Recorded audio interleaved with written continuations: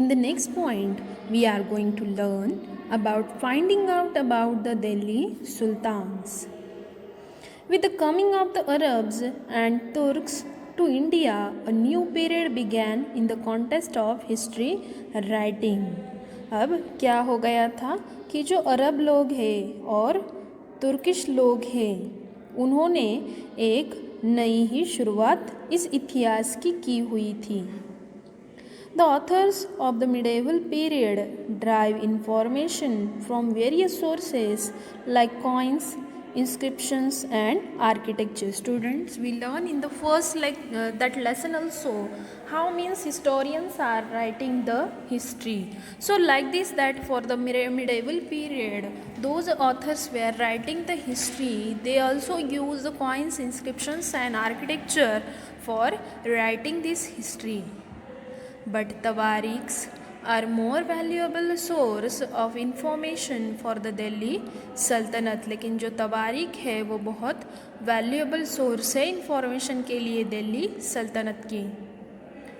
Now what is the role of tawarikh? What is the tawarikh? That we will learn. Tawarikhs gives information about the administration under the Delhi सल्तनत. मतलब उस ज़माने के जो administration है वो कैसे चलती थी इसके बारे में तवारीख हमें बताती है. दीज तवारीख्स were written in the Persian language. और ये जो तवारीख है वो पर्शियन लैंग्वेज में लिखी जाती थी. देयर वेर 4 स्टेजेस ऑफ तवारीख राइटिंग. और तवारीख लिखने की 4 स्टेप रहती थी. वो कौन सी थी? At the first stage a paper was prepared. तवारीख के लिए पहले पेपर तैयार किया जाता था. You can see in the image also. Then the second stage the text was written. Then the third stage the important words and paragraphs are highlighted with the help of gold. Means students, nowadays how we are using that highlighter or any marker to highlight important parts. So in the ancient they were highlighting that important things with the gold. The last step involves the binding of the text.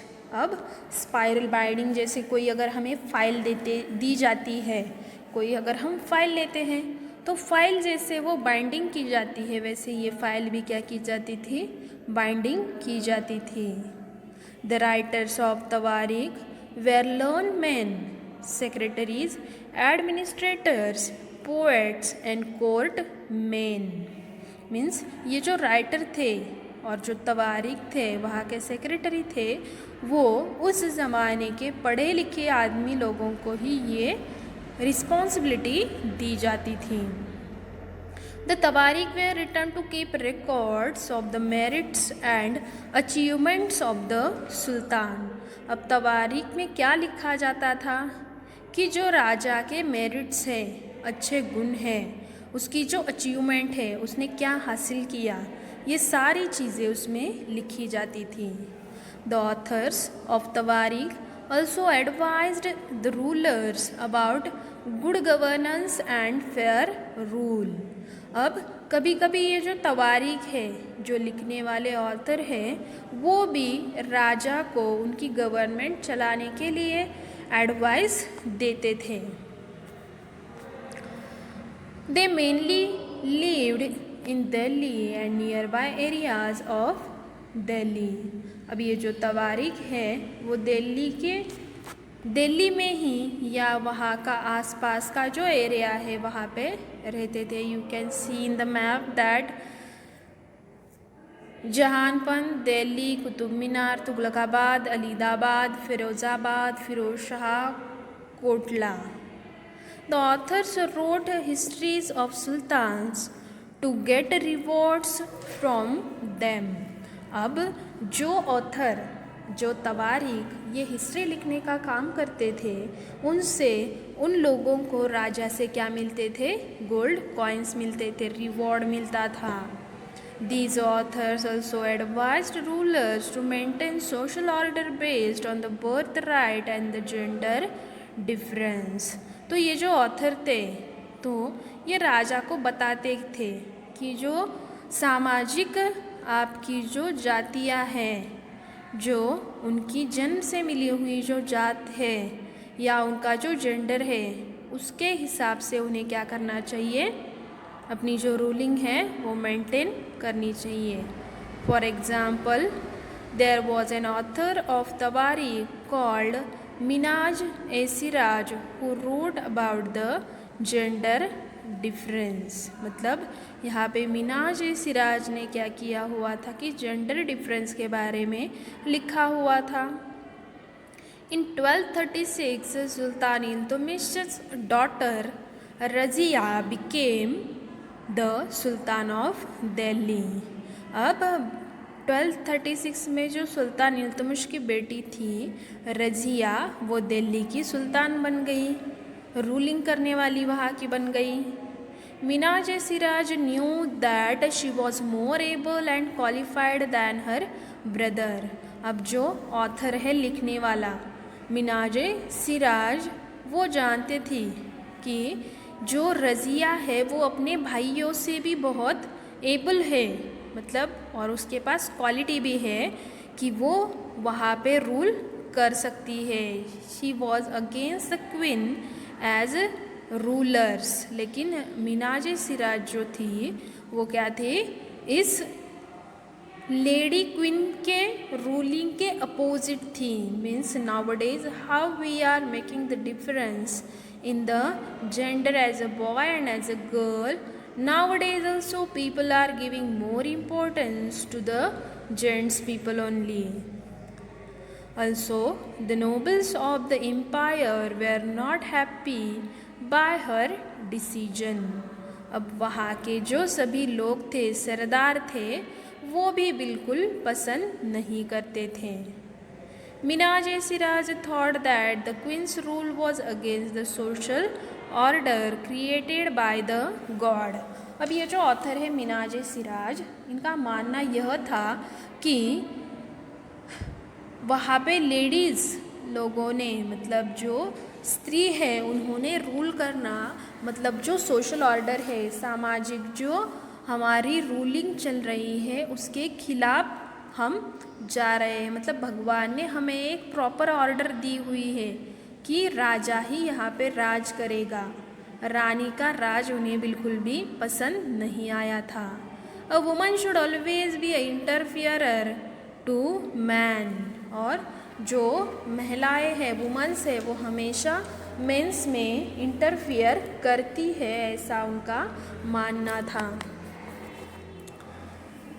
There were also other incidents of gender difference in the subcontinent. अब उस area में बहुत जगह पर gender difference भी था। So, I hope students you understood that point very well.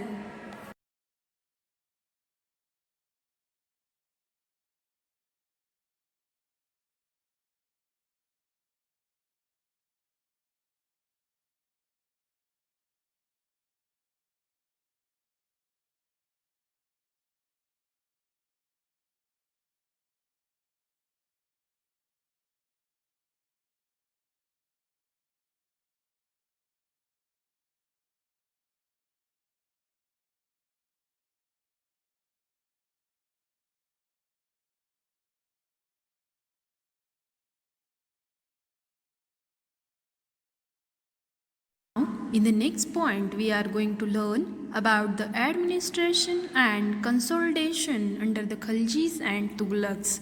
मतलब इन दोनों के रूलिंग डिनेस्टीज़ के अंदर ये जो उनकी एकत्रीकरण थी, लोगों की एकत्रीकरण, और जो उनकी एडमिनिस्ट्रेशन थी वो कैसे थी, वो हम इस पॉइंट में देखने वाले हैं। द दिल्ली सल्तनत was a series of 5 different dynasties. Delhi सल्तनत जो है वो 5 अलग अलग डिनेस्टीज़ की सीरीज़ है। दे ruled large part of India between 12th, 6th and 15th 26। The control over this large kingdom was almost impossible without reliable administration and governors। मतलब इस बड़े एरिया पर खुद कोई एक राजा को कंट्रोल करना बिल्कुल भी पॉसिबल नहीं था। उसकी एडमिनिस्ट्रेशन देखना, उनकी गवर्नमेंट देखना, ये इनके लिए पॉसिबल नहीं था। The sultans did not select administrators and governors from upper class people, rather preferred their selves. अब ये जो वहाँ के सुल्तान लोग थे वो क्या नहीं करते थे कि कोई बड़े आदमी चुनने से अच्छा उनके ही जो गुलाम थे उन लोगों को वो इस पोस्ट पर पसंद करते थे। These serfs were loyal and trustworthy to their master. अब जो ये गुलाम थे वो अपने मास्टर के प्रति बहुत वफादार रहते थे।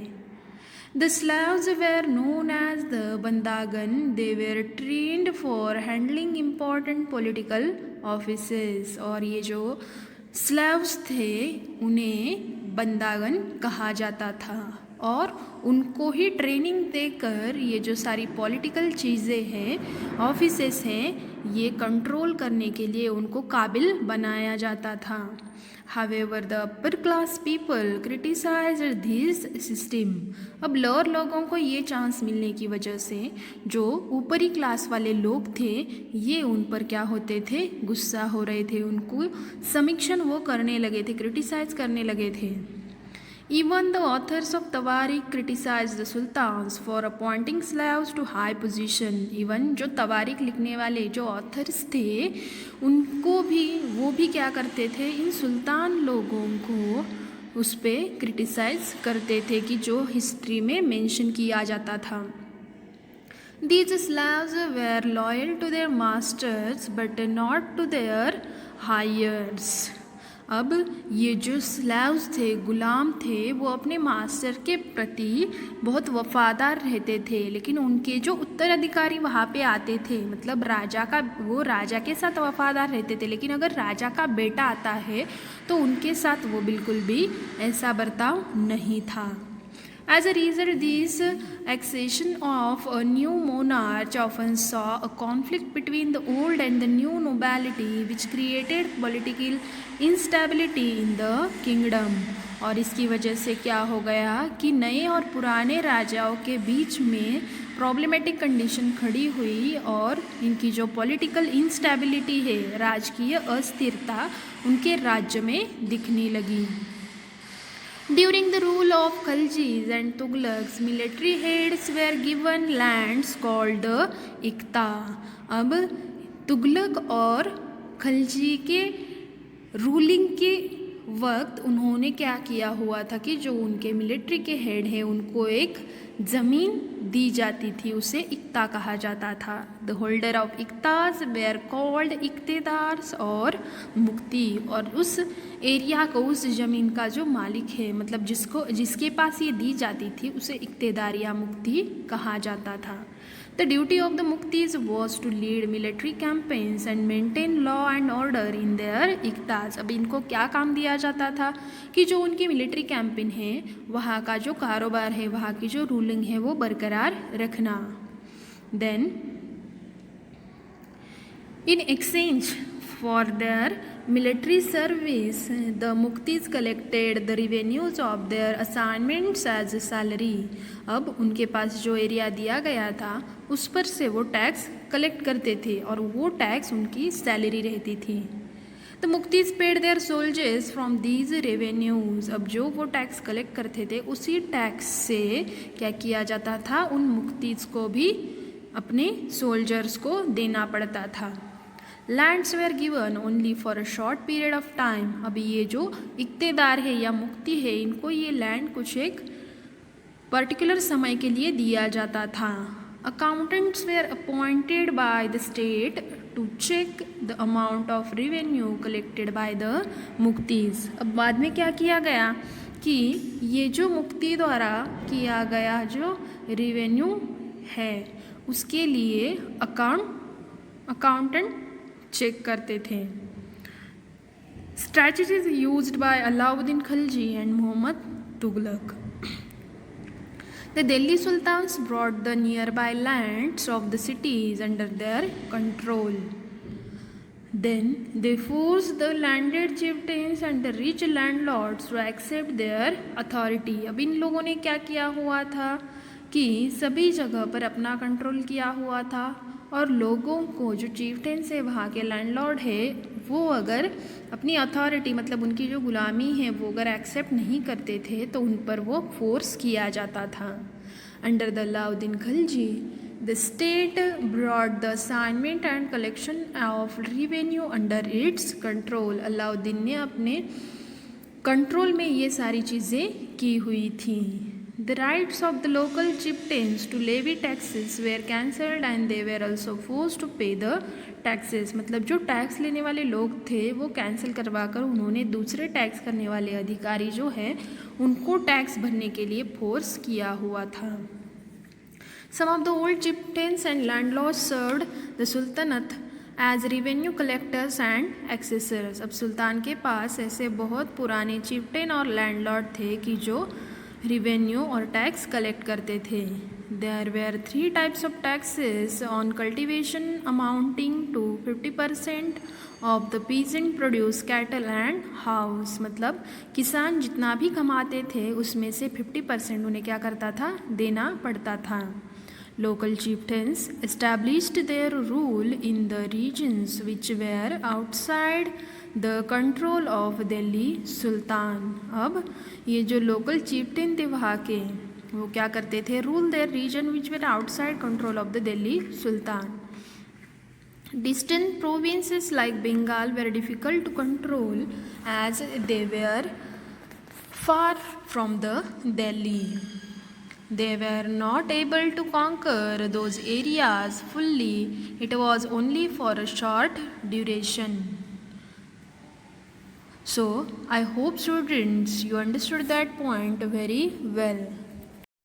In the next point, we are going to learn about the Sultanate in the 15th and 16th century. During the rules of Sayyid and Lodi dynasties, many new powerful states have emerged. अब सैयद और Lodhi dynasties के बीच में बहुत सारे ऐसे जो नई state थे वो उनकी उदय हो चुकी थी. Many efficient and powerful leaders also emerged during this period. Sultanate in the 15th and 16th century, Bengal, Malwa, Gujarat, Rajasthan and South India are the states that emerged during this time. The rulers of these states established them as independent and rich states. तो ऐसे जो state अलग अलग तैयार हो गए तो उन्होंने क्या सोचा कि हम वहाँ के खुद के क्या हो गए इंडिपेंडेंट रूलर हो गए हैं. Also during this period, new ruling groups like Afghans and the Rajput came.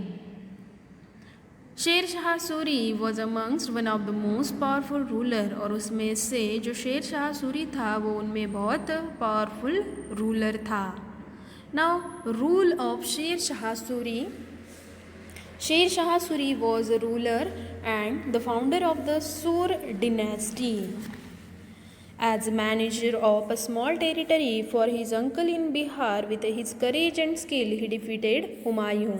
मतलब अपने अंकल के पास अंकल के राज्य में ये क्या कर रहा था राज्य कर रहा था लेकिन उसका करेज और उतना उसका स्किल जो इतना था कि उसने हुमायूं को क्या किया हुआ था हरा दिया हुआ था.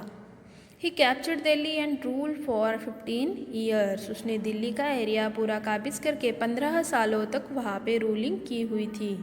The best part was that he used Alauddin's plans and made them more efficient. अब अलाउद्दीन खिलजी जो अपनी एडमिनिस्ट्रेशन में बहुत काबिल और सक्सेसफुल माना जाता था उसकी एडमिनिस्ट्रेशन यहाँ पे उसने यूज़ की हुई थी.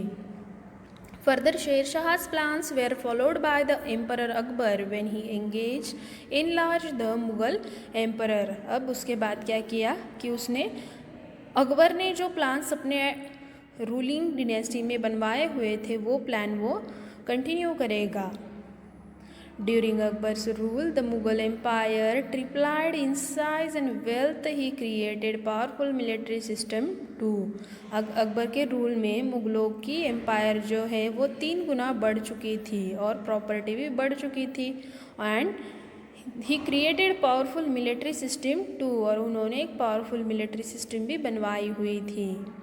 So I hope students you understood this point very well as this chapter.